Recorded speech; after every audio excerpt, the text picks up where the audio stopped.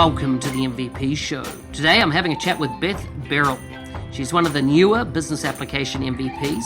She lives in Florida, Tampa specifically, and is a massive asset to that local community and the wider business applications community. For full show notes for this episode, visit nz365guy.com/161. Now, let's get on with the show. Hey Beth, welcome to the MVP Show. Hey Mark, how you doing? Great, good to have you on the show. We've done a podcast in the past about a totally different topic, of course, much more around your career and lessons learned from being inside big organizations. This one is really about understanding who Beth is and the journey that you've been on over the last, years in your career, and ultimately recently becoming an MVP. Awesome. Yeah, sounds exciting. Looking forward to it. Cool. So before we get underway, Beth, what part of the world do you hail from? I live in Tampa, Florida, USA, and it is, I know everybody else is under snow, but we are about 80 degrees right now, and it was a beautiful day. Worked in shorts in my back patio. Are you expecting snow? Never. I think they had it once in the 70s. Oh, wow. Okay, so it is rare. But it didn't really stick on the ground, right? Here is, Yeah. We get 10 months of heat and humidity. Yeah, because, heck, I was just in Orlando, which is, only an hour away from Tampa, is that right? Yeah, it was that's definitely correct. hot. Yeah, very cool. You have monsoon rains, though, don't you? Do you have some crazy rain patterns sometimes? Well, Tampa is the lightning capital of the world. I don't know if people know that. And so in the summer in Florida, you can kind of time your watch on when it's going to rain. We'll get like 4 o'clock, 5 o'clock in the afternoon, you get these terrible lightning storms. And, everybody, usually when you're driving home from work, but you really have to make sure you have surge protection at your home. Everybody in Florida knows somebody whose house has been hit by lightning, and how it goes with lightning. You might lose a printer, but your computer's fine, or you might lose a hard drive, but the rest of your computer's fine. Wow. So is it quite common for things to get hit by lightning there? Yes, very, very much so. Man, I didn't realize that. And what about people? Do they ever get hit? Well, most people who are not being smart, people go under a tree to get out from under the rain, and that is the worst place to be. Yeah. And then you have the kids, I call them kids, but people who are on the beach that, it's just a little rain. And lightning, if you hear, like, for every 5 seconds you count is a mile away. But just because you can get hit by lightning, though, without really seeing it, because it is such a widespread thing. Yeah. When I was leaving Orlando from Summit, they said, sorry, no one's allowed on the air bridge because there's lightning in the area. And I was like, the air bridge to get on the aircraft. And I'm like, wow, I didn't. So they just stopped anybody. It was a fully covered air bridge, but obviously there's a risk that if it hits it, people get hurt. Yes, you try. A trick is, if you come into Florida in the summer, you try not to have an afternoon flight. Wow. Okay, good to know. I was flying out in the afternoon. But it's one of those things, though, you blink an eye and the shower's gone and it's beautiful again. It really is. It could be raining in your front yard and not your backyard. Yeah. So you've recently become an MVP. What category did you get awarded in, and what's it like being an MVP? Is there any change? I got in business applications, pretty much Dynamics 365 and Power Platform. I am still in awe, and excited. The biggest change is I'm a little overwhelmed by the amount of information that's out there, and the amount of the MVPs seem like a small family. There's always one or two outliers, but everyone seems to really communicate well. And whether you're in New Zealand, I'm in Tampa, Prague, everywhere, it seems like it's a great community. My biggest thing is just channeling all the information, because I'm one of those people that I want to know everything, but there's no way you can keep up with everything. I'm sure there's a flow for that. Yes. You mean, power automate, right? Yeah. Yeah, exactly, right? To try and manage, because you are drinking from a fire hose, right? Once you get inside the program, and that seems to be a common comment a lot of people make, is there's just so much information coming from so many different channels, areas, that type of thing. Yes, and like I said, I'm always one of those that with technology. I always want to know what the next shiny toy is, right?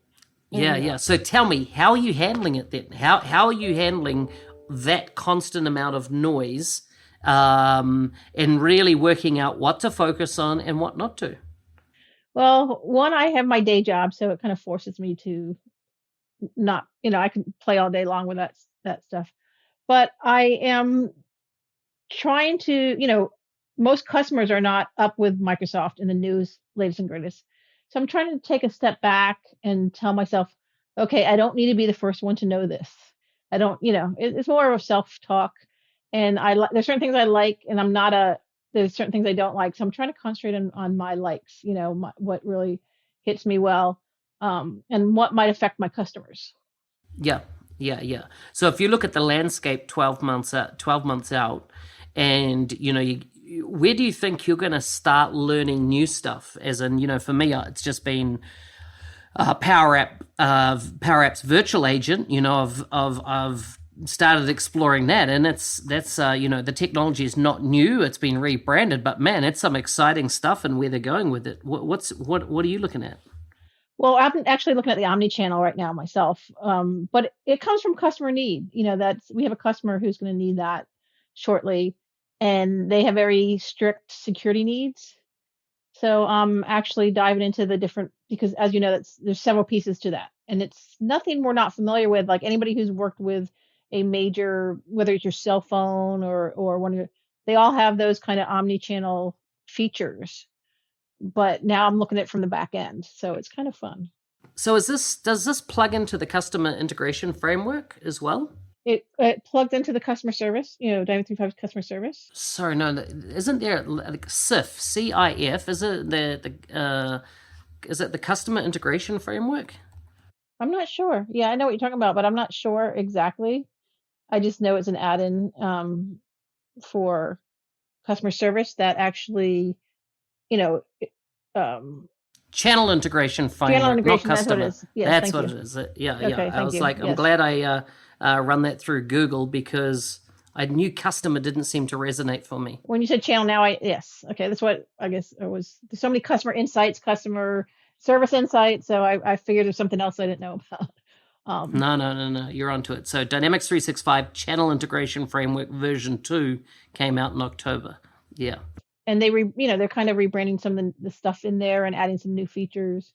And it's very cool because uh, when I work with when I'm as a customer myself, when people have those bots and whatnot, I find some of them very frustrating. But now I see from the back end how you have to tune it to make sure you get, the simplest customer to the complex customer. So I have a better appreciation for it than I used to. So that's cool. So you're really understanding how to configure these, are you? And as in train them, as you say? I'm getting there. I'm getting there because I have a little different opinion of artificial intelligence. Because yes, it's artificial intelligence, but more you're tweaking it for what information you want, right? I mean, it's not it's not learning per se as far as, oh, it's going to do the right thing or it's going to do the next logical thing. It's what you train it to do. Right. It's following a pattern.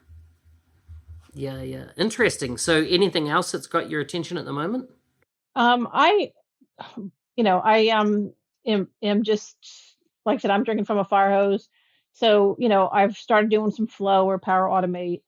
I am one thing that my big joke is, and of course I'm a big advocate of the product and I love the way where it's going. But my big joke in my company now is, they say no code, low code, and I say, but what about no logic? Because there's a lot of people who don't have logic and are creating these flows, and they're horrible. It's kind of like the old day with with workflow. If you don't have an else statement, right, you're going to kind of be left in limbo. And I've seen a couple consultants do some of these flows that you're like, oh my god, please don't tell me you put that in public, production. I said no, but it's fun. It's a lot of fun to do it that way. So tell me about your path to becoming an MVP. I know you did a lot of stuff. Was it D365 Saturdays and things like that? Yeah, well, the funny part is I have been talking at Summit for 6 or 7 years now. I started when I was in the cloud. So was originally doing most of the stuff on my own because I have a passion for technology, and somebody kind of talked me into doing one session, and I found that I loved it. So a lot of the stuff I was doing was more my passion for the product, and then someone said, "Oh, you should become an MVP." I'm like, "Well, what do what's involved?" Because I thought it'd be a little bit different.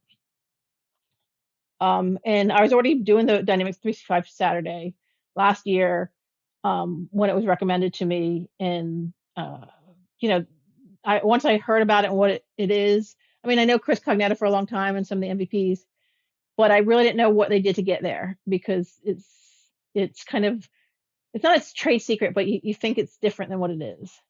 And but so then, I was already doing Dynamics 365 Saturday, and some of the other stuff that I did was, already on the way to being an MVP. I just, started adding a little bit of Twitter, or a lot more Twitter, and a little, I blogged all over the place instead of my own site. So I started blogging on my own site, um, and that kind of stuff. So it's kind of, the journey was by accident to begin with, but then I targeted it more when I knew, what my end goal was. Yeah, yeah, yeah, yeah. So just to unpack for me, what's involved in, like, because you said you didn't realize what's involved, and there's quite a bit involved in getting to that point of being an MVP, and then it's not like it's a lifetime achievement, right? There's ongoing, it's maintaining that. What was involved in putting on? Because I understand you pretty much was central to those 365 events in your region going. What was involved? You have to be passionate. I don't believe that if you just Dynamics 365, CRM, that you can even get there. Everybody I've met, that's one thing that's amazing to me. Everybody I've met who's become an MVP, or even wants to become an MVP, are very passionate about the product, right? They love to talk about right, wrong, and different. They love to talk about the product, and then it's just getting involved. It's hey, I'm going to talk about what I know, but it doesn't mean I'm the smartest person in the room. I think that's what people make the mistake of, thinking that, hey, the MVP knows it all. And as you know, with Dynamics 365, you can't know it all. Maybe CRM 4.0, but not the progression. It's different now, right? Yes. And so it was just, I'd go out and say, hey, this is what I know.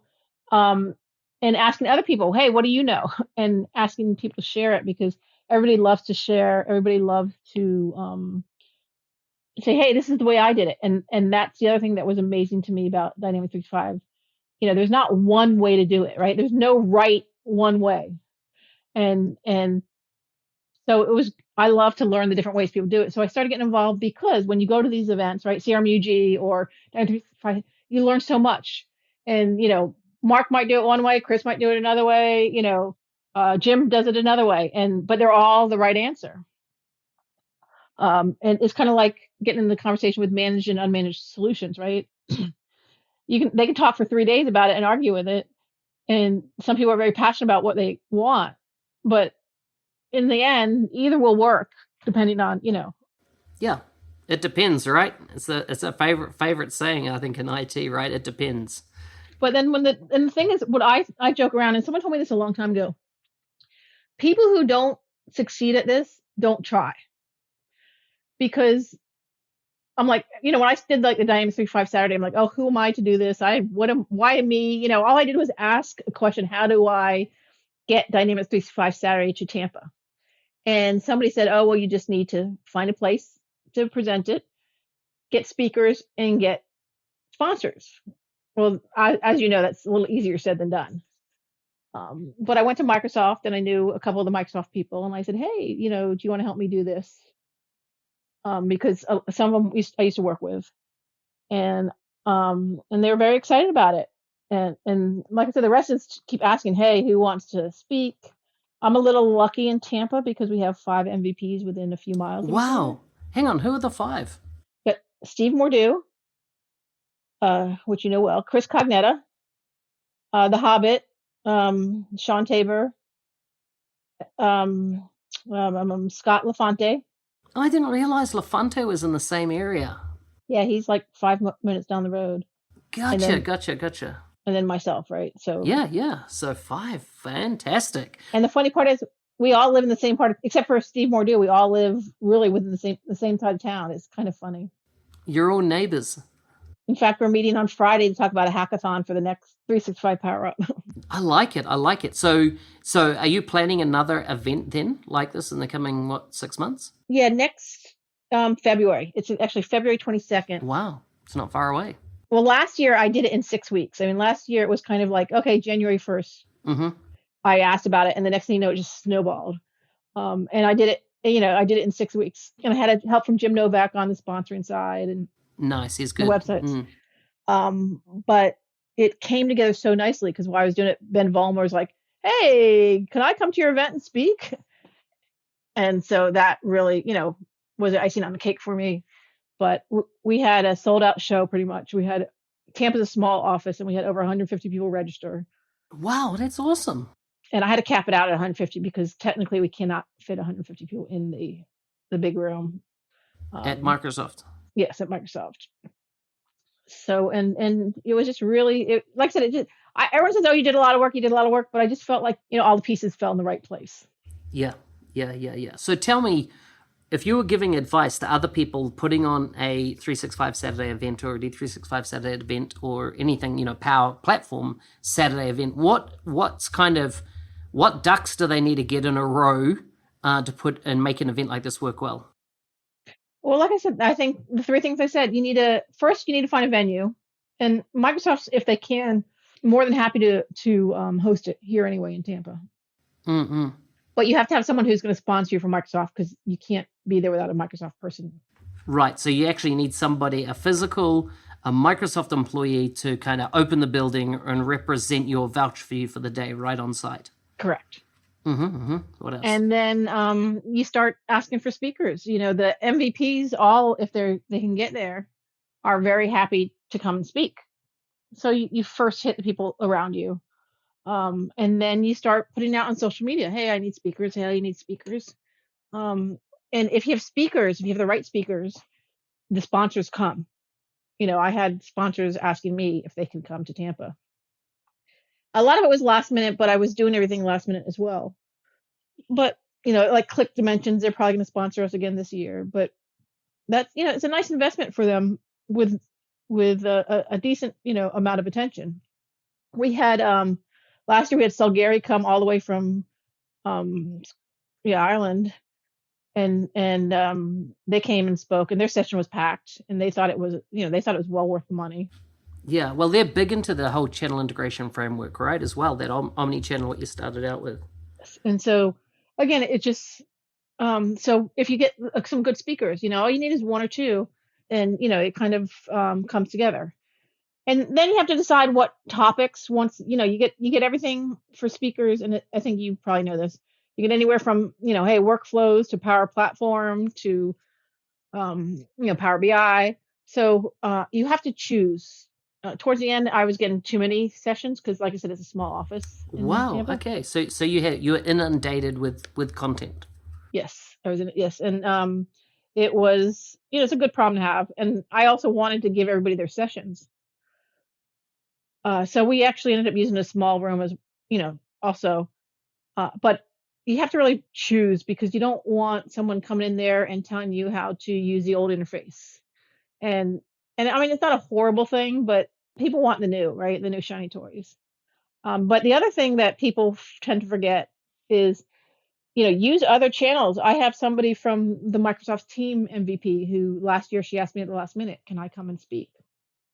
And she said, okay, this is how Teams worked with Dynamics 365. And her session was packed. Such a brilliant, every time I've seen Teams and Dynamics done together, or Power Apps and stuff, it is popular, right? It's a very popular topic. So you can also, you don't have to just have Dynamics MVPs, is my point.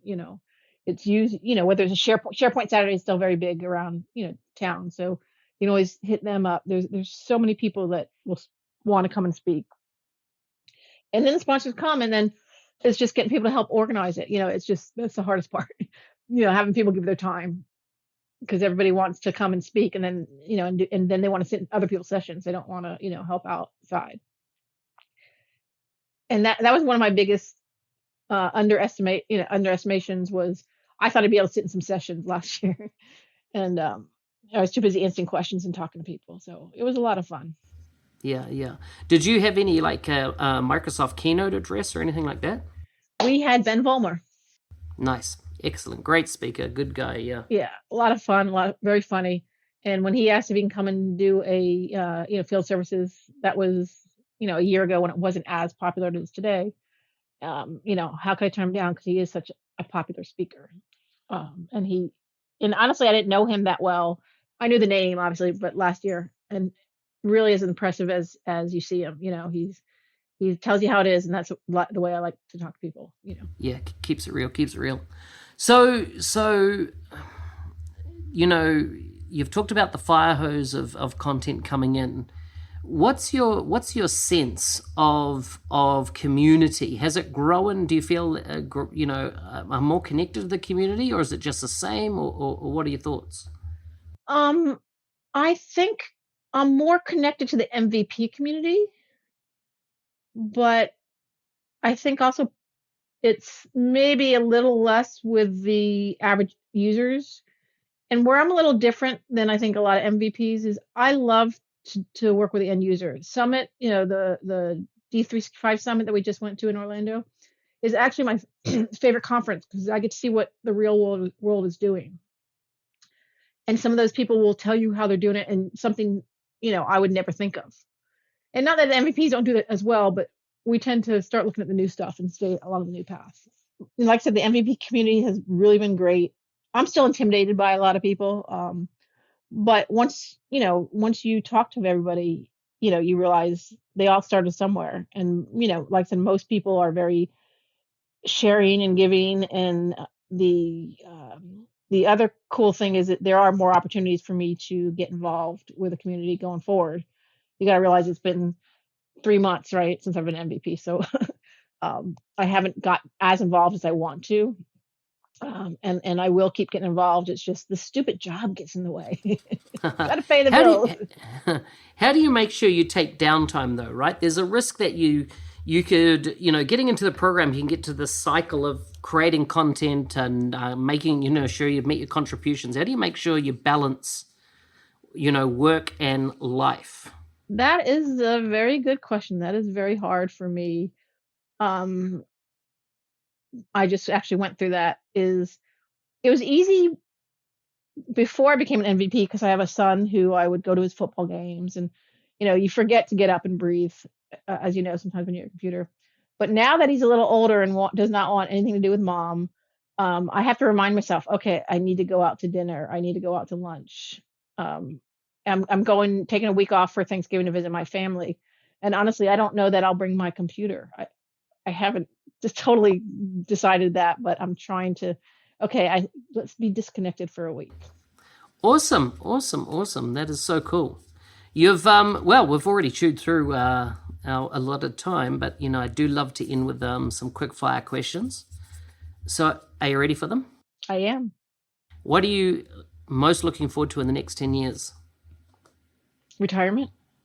If you could create one holiday, what would you create?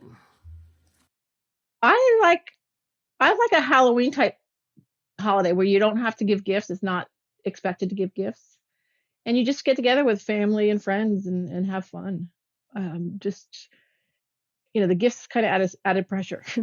At Thanksgiving, like I don't know this. Do you have to give gifts at Thanksgiving, or is it more No, no, Christmas? but everybody does big meals, and there are some people who try to outdo other people.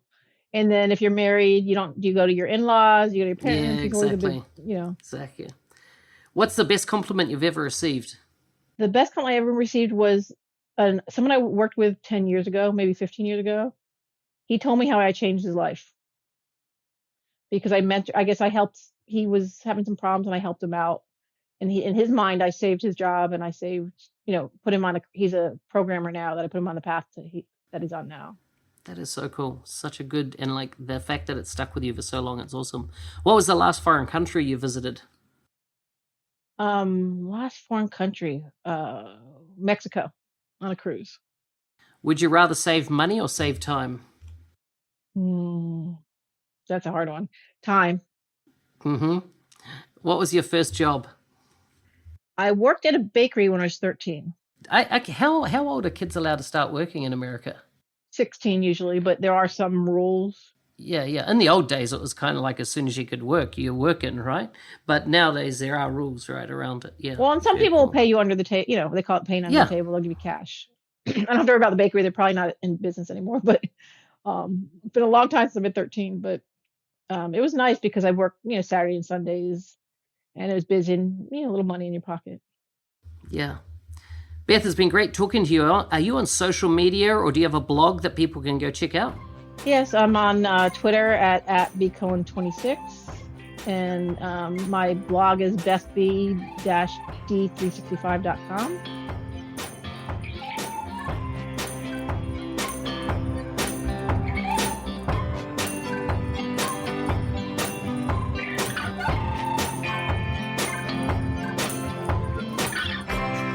Hey, thanks everybody for listening. Another year has passed, and I'd like to take this opportunity to thank all of our listeners and supporters. Because of you guys, I am driven and feel motivated to continually do what I'm doing. And of course, I'm always grateful to all the MVPs who have taken the time to come on the show and share their stories with us and serve as an inspiration to other Microsoft business application professionals out there to grow in their profession and contribute to the community. We've got lots planned for the show, so if you have thoughts, questions, or suggestions about the show, please feel free to drop a message in the comment section or send me a private message on LinkedIn is often the best way to get hold of me. Full show notes for this episode can be found at nz365guy.com/161. See you next time.